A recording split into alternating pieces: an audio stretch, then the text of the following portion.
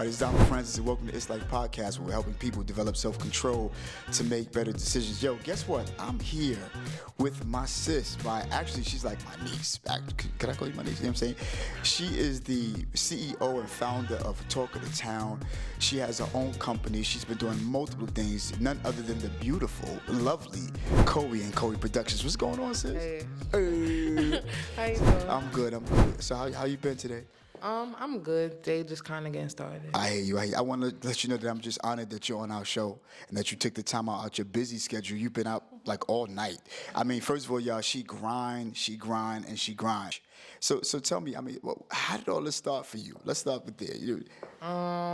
The beginning. What part of the moment in your life that says, you know what, I want to be a host to, first of all, do reviews on music? Yeah, that came like later. All right. So like before, it was just film overall. Like I just wanted to do something in film.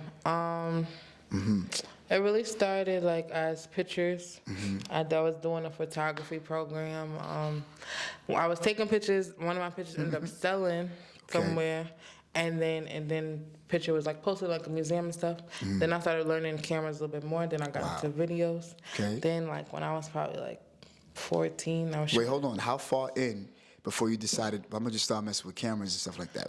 Once the picture sold, then I made money. Wow. So from that program, when the picture sold, I was like, oh, maybe I can make some money off this. I got you. So that's when I like got into it and stuff like that. So so I was learning cameras more, then I got into video, then I started doing music videos. Okay. So I was like, I want to say 14. Wow. When I was doing music videos. I was doing music videos, and then I was like, this is too much. I got into I did a web series called Love in Brooklyn. I remember that. That was from when I was like 15. Wow. So at this point, like I was teaching myself this whole time. Wow. So I was learning how to edit. What was I using? Like iMovie back then or something. Yeah, like that. iMovie. No, Media Maker. Media Maker. I was using that at first. You. I was using Media Maker, then I learned iMovie, then I was learning other stuff.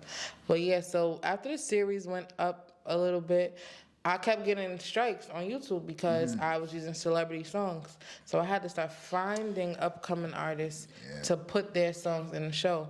Wow. So now I have to really listen to the songs and find what song is going to fit the scenes for the show. Right. And that's how I started like getting into music more. Wow. And as I started getting into music more, YouTube had reached out to me, I want to say in about, probably when I was like 17 at this time. How many subscribers were you in at that time? I just hit 10,000, I think. Wow. 10,000. So after like 3 years, I hit like 10,000. And so you started YouTube what year? 2014. 2014. Wow. Yeah. That wasn't too long ago. Yes, it was. I mean, honestly, when you take a look at it, well, from somebody who's about 40 something, and y'all don't even know about, that's not too long ago. You know what I'm saying? But that's what's up.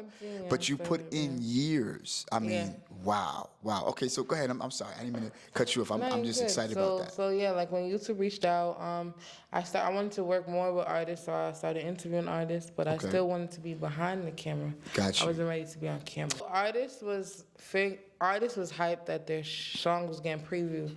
So in the show. So as I was getting submissions, I was also looking for songs too. So I had got one of my first big artists was Nia Lee. This was around Love and Hip Hop time, and her publicist ended up being my PR for the show. Wow. Back then, and I want to say, well, when I was at YouTube. Right. Yeah. Wow. So when I was there, her publicist ended up being my publicist, and that's how I was getting artists and stuff like that. And then, yeah. That's amazing. That's amazing. And so now, from the actual show, and now you're going into saying, well, I want to review music now. How did you get into that? How did that transition? Music reviews. I'm sorry. Well, as I started, I guess, listening to people's music more, and I guess people started wanting to know my opinion and stuff. Okay. So as people want to know my opinion, this is me also building up my accolades, so I'm helping artists get quote-unquote placements, even though it's a web series, but I'm helping them get placements and stuff like that. So as my resume was getting bigger, more and more people was curious of my opinion. Got you. And I'm going to tell you something, and the reason why I got you on our platform is because I don't think that people really understand how much you grind You know, you started this thing, you know, since you were 14. Come on, you feel what I'm saying? And I mean, you put in the grind. I'm sure at one time it could have been a hobby. You've been having fun, young. You know what I'm saying? You're vibrant. You're still young. You got what I'm saying? Yeah. But then again, it's you know, some things become work after a while. You know, and you start to feel it like, wait a minute, I don't know. I feel like doing this. I mean, for me, editing always feels like work. Absolutely, always. But shout out to editors, by the way. Yeah, it's like when you enjoy so much, you don't feel like work. Right, absolutely. Yeah. You know, we always oftentimes talk on It's Life podcast platform. We always say that reasons come before results. That if your reasons are not strong enough, you know, to get you up in the morning to motivate you, then you don't have strong enough reasons, you know, and then you won't get the results that you're looking for, you know. What was that pivotal time, that moment, you know, where you understood that you're COEY now? You're not just, you know, well, I'm not gonna tell you government. I mean, like, you know, what was the time where you know you walked? I feel like I'm still going through those stages. Really? Like, yeah, I feel like I'm still going through those stages. Got I know you. that now, like, people are stopping me. Yes. Stopping my friends. Absolutely. Stopping my family. So absolutely. Definitely just now, like, just really trying to be on top of, like, right. just the way that. Right. We moving through the city. Got you. Now, I wanna ask you this because, you know, I never really got a chance to tell you about the topic of this particular video, you know, and that was, you know, surviving the emotional struggles through the traffic.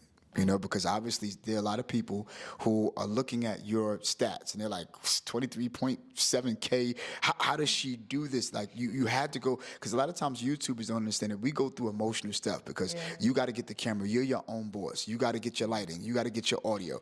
You got to get, you know, all of the scheduling together. You know, have there been a period of time in your life where you're like, you know what, is this even worth it? I'm trying to think, like, yes and no. Okay. Was there any like, particular time? I feel like at that time, like back then when I was trying to get artists and stuff, like I was going through a lot, like looking for a place, trying to find camera guys, trying to learn equipment before they come, while prepping questions, while prepping a team, and then just for artists to say they're not coming, it was just like, damn.